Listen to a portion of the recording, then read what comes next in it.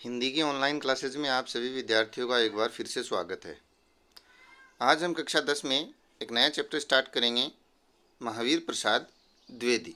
महावीर प्रसाद द्विवेदी के जीवन परिचय के बारे में जानेंगे और उनकी जो रचना है स्त्री शिक्षा के विरोधी कुतर्कों का खंडन, बहुत ही अच्छी रचना है। इससे व्याख्या बनने के पूरे चांस बनते हैं। तो चलिए फिर शुरू करते हैं उनके जन्म और मृत्यु काल से। जन्म है वो 1864 ईस्वी में हुआ था इनका, मृत्यु 1938 में। जीवन परिचय के बारे में जानें तो महावीर प्रसाद द्विवेदी का जन्म है वो उत्तर प्रदेश के रायबरेली जिले के दौलतपुरा गांव में सन 1864 में हुआ था। इनके पिता पंडित राम सहाय दुबे कान्यकुब्ज ब्राह्मण थे। कान्यकुब्ज श्रेणी के ब्राह्मण होते हैं, एक प्रकार से गोत्र मान सकते हैं। रायबरेली जिले के दौलतपुर गांव में कान्यकुब्ज ब्राह्मण के परिवार में, जिनका नाम था राम सहाय दुबे। पारिवारिक आर्थिक स्थिति अच्छी न होने के कारण स्कूली शिक्षा पूर्ण कर इन्होंने रेलवे में नौकरी कर ली थी महावीर प्रसाद द्विवेदी ने। लेकिन स्वाभिमानी स्वभाव के धनी द्विवेदी जी ने कुछ समय पश्चात रेलवे से इस्तीफा दे दिया था, नौकरी छोड़ दी थी।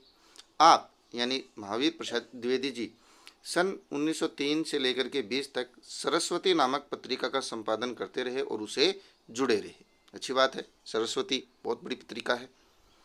उस पत्रिका का उन्होंने संपादन किया 1903 से लेकर के 20 तक। सन 1938 ईस्वी में महावीर प्रसाद द्विवेदी का निधन हो गया था। महावीर प्रसाद द्विवेदी हैं वो बहुमुखी महावीर प्रसाद द्विवेदी प्रखर व्यक्तित्व व बहुमुखी प्रतिभा के धनी साहित्यकार थे। मतलब उनका व्यक्तित्व बहुत ही प्रखर था, बुद्धिमान थे, साथ में ही विचारधारा जो थी वो बड़ी क्रांतिकारी थी।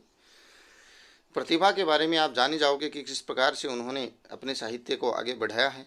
द्विवेदी जी कवि थे, समालोचक थे, निबंधकार भी थे, संपादक थे, भाषा वैज्ञानिक थे, इतिहासकार थे, अर्थशास्त्री आदि विविध रूपों में उभर कर सामने आए।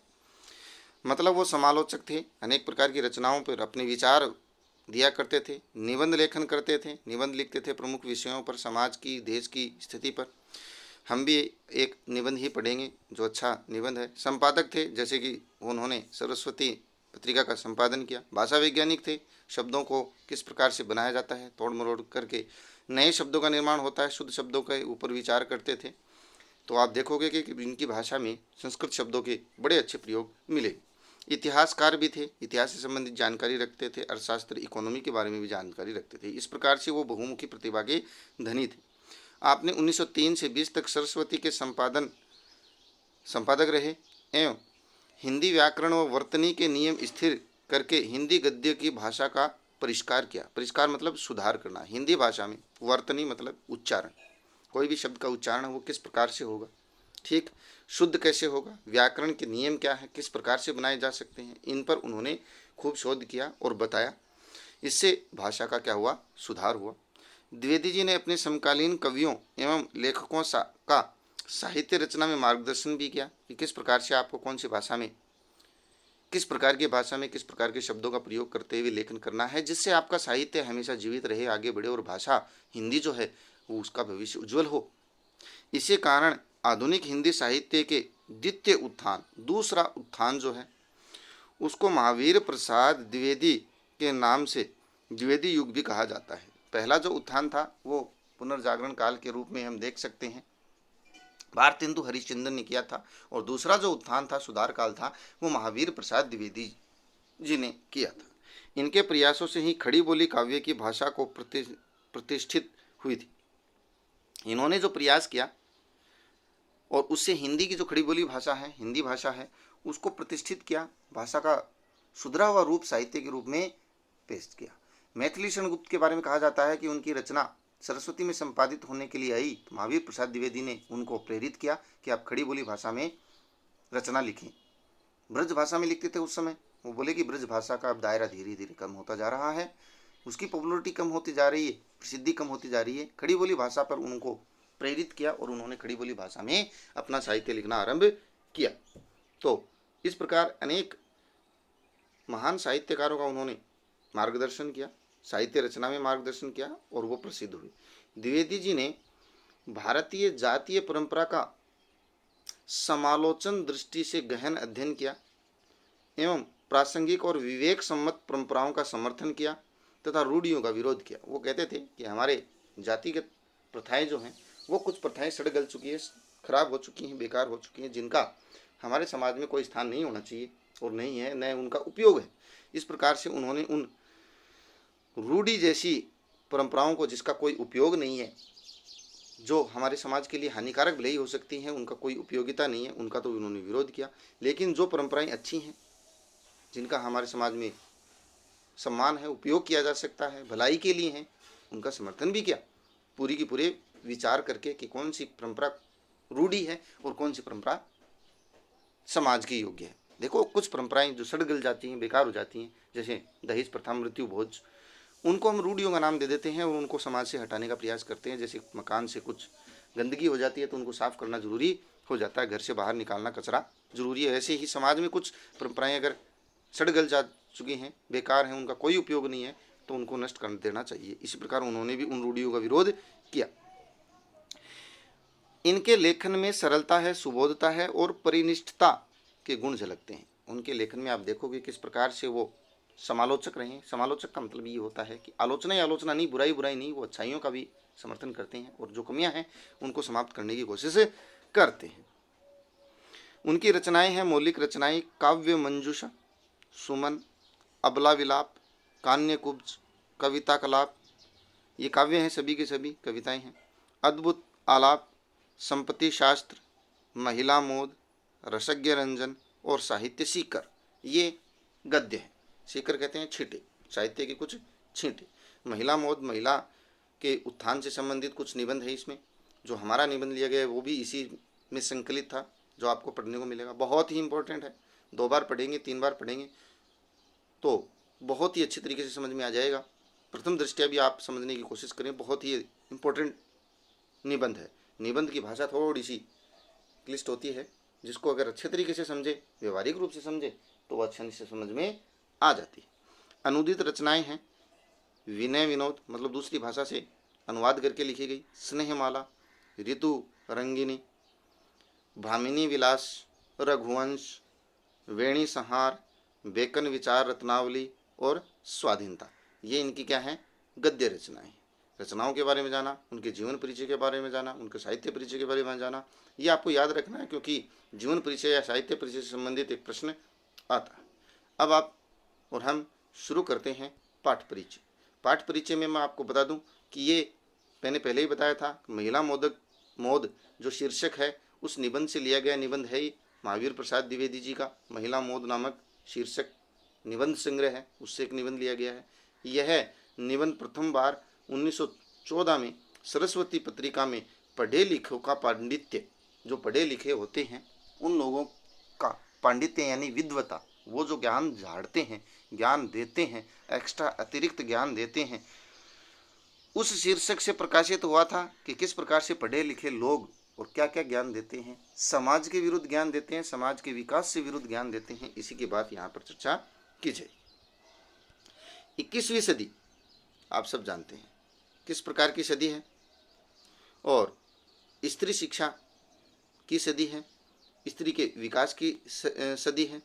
21वीं शताब्दी में स्त्री शिक्षा, विज्ञान, सरकारी सेवा, निजी क्षेत्र, व्यापार और वाणिज्य सहित सभी क्षेत्रों में पुरुष के कंधे से कंधा मिलाकर समाज निर्माण एवं विकास में अपना योगदान दे रही हैं। कौन? स्त्री शिक्षा, स्त्रियां जो हैं वो 21वीं सदी में शिक्षा के क्षेत्र में, विज्ञान के क्षेत्र में, सरकारी सेवा में, निजी क्षेत्र में, व्यापार, वाणिज्य आदि सभी क्षेत्रों में पुरुषों के बराबर, अब तो मैं यहाँ तक कहूँगा कि वो पुरुषों से भी आगे निकल जाना चाहती हैं और जा रही हैं, अपनी टैलेंट के बल पे, अपनी मनोबल के बल पे, और वो हमारे समाज को एक नई दिशा दे रही हैं, समाज का निर्माण कर रही हैं, उसका विकास दे करके अहम योगदान दे रही है। लेकिन इससे पूर्व स्त्रियों के साथ क्या व्यवहार किया जाता है आप सभी जानते हैं, समाज में उनका कैसा दर्जा था, कैसा स्थान था, ये भी आप जानते होंगे। लेकिन यहाँ तक पहुँचने के लिए स्त्रियों ने किस प्रकार से संघर्ष किया है और ये मुकाम हासिल किया है, ये बड़ी महनीय बात है, बहुत बड़ी बात है। लेकिन इस स्थिति में पहुँचने के लिए स्त्री शिक्षा के पक्षधर सुधारकों को पुरुष प्रधान और रूढ़िवादी समाज से कड़ा संघर्ष करना पड़ा है। किनको? स्त्री शिक्षा के पक्षधरों को। देखिए समाज में दो वर्ग हैं, एक तो स्त्री को शिक्षा देने के पक्ष में है और एक स्त्री शिक्षा के पक्ष में नहीं था। उस समय भी नहीं था और आज भी कुछ लोग हैं जो नहीं हैं, जो नहीं चाहते हैं कि स्त्री ज़्यादा पढ़े। वो चाहते हैं कि बस 5-7 क्लास पढ़े और अपना घर संभाले। लेकिन उस समय जब स्त्रियों को पढ़ाया नहीं जाता था, उस समय भी लोग थे जो स्त्रियों को पढ़ाना चाहते थे। वो समाज सुधारक जो स्त्रियों के शिक्षा के पक्षधर थे, उनको पुरुष प्रधान और रूढ़िवादी समाज से क्या करना पड़ा, कड़ा संघर्ष करना पड़ा। ऐसे ऐसे विद्वान लोगों से वार्तालाप और विचार विनिमय, विवाद करना पड़ा, जो ये कहते थे कि स्त्री शिक्षा जरूरी नहीं है, कोई आवश्यकता नहीं है, स्त्री शिक्षा की कोई जरूरी नहीं है, स्त्री शिक्षा अनर्थ करती है, गलत करती है, समाज को पीछे ले जाती है। प्रस्तुत निबंध जो है स्त्री शिक्षा को समाज एवं परिवार के विघटन व पतन के लिए जिम्मेदार ठहराने वाले दकियानूसी छोटी सोच वाले लोगों को एकाट्य तर्क द्वारा खरे सिरे से खारिज करता है। देखिए क्या कहना चाहते हैं, ये जो निबंध है उसका मूल विषय यही है कि समाज जो है उसमें कैसे कैसे लोग रह रहे हैं। स्त्री शिक्षा को, यानी स्त्री अगर शिक्षित हो जाएगी, स्त्री शिक्षा को समाज और परिवार के विघटन और पतन के लिए जिम्मेदार ठहराने वाले दकियानूसी सोच वाले लोग जो ये कहते हैं कि स्त्री शिक्षित हो जाएगी तो समाज का विघटन हो जाएगा, पतन हो जाएगा, उन जैसे लोगों की सोच को एकाट्य तर्कों द्वारा सिरे से खारिज किया जाएगा। ऐसे ऐसे तर्क दिए जाएंगे और उन लोगों को कहा जाएगा कि नहीं, स्त्री शिक्षा समाज के विघटन और पतन का कारण नहीं, उन्नति का कारण है। वो तर्क क्या क्या है वो आपको याद रखनी है। महावीर प्रसाद द्विवेदी ऐसे लोगों को तर्क देंगे कि स्त्री शिक्षा पतन का नहीं, विरोध का नहीं, विघटन का नहीं, उन्नति का मार्ग है। साथ ही इनमें इन दकियानूसी और अप्रासंगिक परंपराओं के अंधानुकरण के बजाय विवेक सम्मत तर्कपूर्ण परंपराओं को ग्रहण करने की बात की गई है। साथ साथ में ये भी कहा गया है कि ऐसे लोग जो ये कहते हैं कि स्त्री शिक्षा नहीं होनी चाहिए, स्त्री शिक्षा से कोई फायदा नहीं है, ऐसे दकियानूसी विचारों से संघर्ष करते हुए ये भी बात कहेंगे कि अप्रासंगिक जो परंपराएं हैं, जो सड़ गल चुकी परंपराएं जो समाज में बनी हुई हैं, उनको नष्ट करो। उनके अंधे होकर के अनुकरण करने से कोई फायदा नहीं है। उनको विवेक सम्मत, विवेक से फैसला ले कि कौन सी परंपराएं, जैसे दहेज प्रथा है, मृत्यु भोज है, विवेक से हमने फैसला लिया और नष्ट करने का प्रयास किया, खत्म करने का प्रयास किया और कर रहे हैं। तो ऐसे ही अनेक परंपराएं, उनको विवेकपूर्ण तरीके से, तर्कपूर्ण तरीके से उन परंपराओं को, कुछ को जो ग्रहण करने योग्य है ग्रहण करो, जिनको नष्ट करना है उनको नष्ट करो। उसी में से थी एक स्त्री शिक्षा, क्योंकि स्त्री शिक्षा जरूरी थी इसलिए इसको हमने अपनाया। कुछ चीज़ें नष्ट करने योग्य थी को नष्ट किया। भाई समाज एक परिवार की तरह, परिवार में जब हम साफ सफाई करते हैं तो बेकार की चीज़ों को बाहर फेंकते हैं, अच्छी चीज़ों को वापस वहीं रख देते हैं। उसी प्रकार समाज की उन परंपराओं को जो हमारे लिए काम की नहीं है उनको नष्ट करो। इसकी जो भाषा शैली है वो हिंदी के द्विवेदी युगीन गद्य की एक वानगी प्रस्तुत है, एक उदाहरण प्रस्तुत है कि उस समय की निबंध की भाषा, द्विवेदी युग के निबंध की भाषा कैसी थी। स्त्री शिक्षा के विरोधी कुतर्कों का खंडन। स्त्री शिक्षा के विरोधी कुतर्क हैं, उन कुतर्कों का इनमें यहाँ क्या किया गया है, खंडन किया गया है, विरोध किया गया। कुतर्क यानी बेकार तर्क, गलत तर्क। तो स्त्री शिक्षा के विरोध में जो कुतर्क दिए जाते हैं उनका यहाँ पर क्या दिया जाएगा, विरोध किया जाएगा और बड़े ही आकर्षक ढंग से विचार प्रस्तुत किया जाएगा। कहते हैं लेखक कि बड़े शौक की बात है, बड़े दुख की बात है, परेशानी की बात है। आजकल भी ऐसे लोग विद्यमान हैं जो स्त्री शिक्षा को पढ़ाना और गृह सुख के नाश का कारण समझते हैं। आजकल भी ऐसे लोग इस समाज में बैठे हुए हैं जो ये कहते हैं कि स्त्रियों को पढ़ाना, शिक्षित करना उनके खुद के और गृह सुख का नाश का कारण समझते हैं कि स्त्री शिक्षित हो जाएगी तो वो खुद भी नष्ट हो जाएंगी, उनका भी नाश होगा और गृह सुख का नाश भी होगा, घर का भी नाश हो जाएगा, सुख नष्ट हो जाएगा। और ये जो लोग हैं ऐसी विचारधारा करने वाले, ये लोग भी ऐसे वैसे नहीं हैं, सुशिक्षित हैं, अच्छे पढ़े लिखे हैं। ऐसे लोग हैं जिन्होंने बड़े बड़े स्कूलों, शायद कॉलेजों में भी शिक्षा पाई है, वो लोग ऐसे विचारधारा रखते हैं। ऐसे लोग जो धर्मशास्त्र का ज्ञान रखते हैं, संस्कृत के ग्रंथ साहित्य से भी परिचय रखते हैं, वो ऐसी बात रखते हैं। ऐसे लोग जिनका पेशा ही कुशिक्षितों को सुशिक्षित करना है, गलत शिक्षा प्राप्त करे लोगों को अच्छी शिक्षा देने वाला है, ऐसे लोग ऐसी बात करते हैं। कुमार्गगामियों को सुमार्गगामी बनाना है। कुमार्गगामी मतलब गलत रास्ते पर चलने वाले लोगों को सही रास्ता बताने वाले लोग जो होते हैं वो लोग ऐसी बातें कर रहे हैं।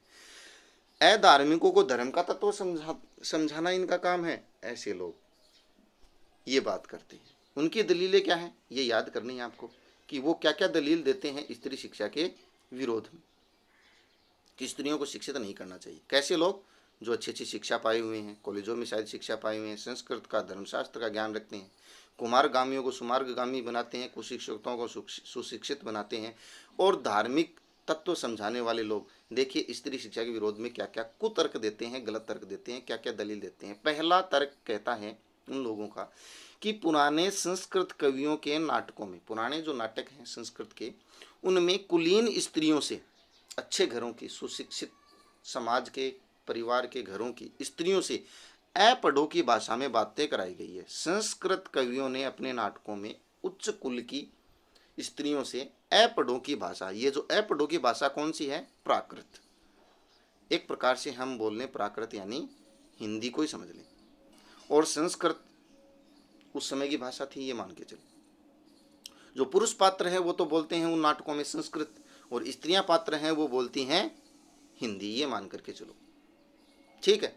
तो वो कहते हैं कि ये जो पुरुष बोलते हैं ये तो सुशिक्षित थे, तो उन नाटकों में जब ये बताया गया है कि पुरुष संस्कृत बोलेंगे, पढ़े लिखे रहेंगे, और स्त्रियां अनपढ़ी रहेंगी, क्योंकि प्राकृत भाषा अपढ़ों की भाषा बताई गई। इससे प्रमाणित होता है कि इस देश में स्त्रियों को पढ़ाने की चाल ही नहीं थी, चाल यानी परंपरा ही नहीं थी। पुराने संस्कृत नाटकों में पुरुष बोलते हैं संस्कृत, स्त्रियां बोलती हैं अपढ़ों की भाषा प्राकृत। तो ये सिद्ध करता है उनकी दृष्टि में कि स्त्रियों को पढ़ाने की चाल कभी नहीं थी हमारे देश में।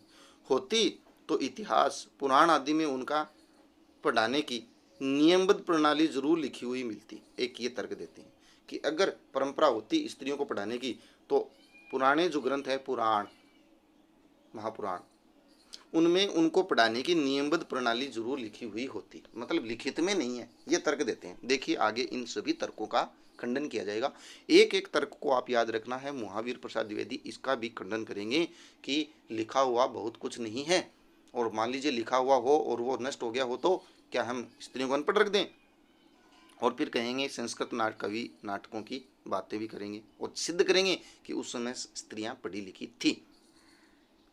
दूसरा तर्क ये है कि स्त्रियों को पढ़ाने से अनर्थ होता है। वो कहते हैं कि स्त्रियों पढ़ लिख करके अनर्थ करती हैं। क्या अनर्थ करती हैं? उदाहरण देते हैं कि शकुंतला, अभिज्ञान शकुंतलम जो नाटक है, उसमें दिखाया गया है कि शकुंतला इतनी कम पढ़ी लिखी थी कि गंवारों की भाषा में मुश्किल सा एक छोटा सा श्लोक लिख सकी थी। गंवारों की भाषा वाला एक श्लोक लिख सकी थी, तिस पर, और उस पर भी उसकी इस इतनी कम शिक्षा ने भी अनर्थ कर डाला।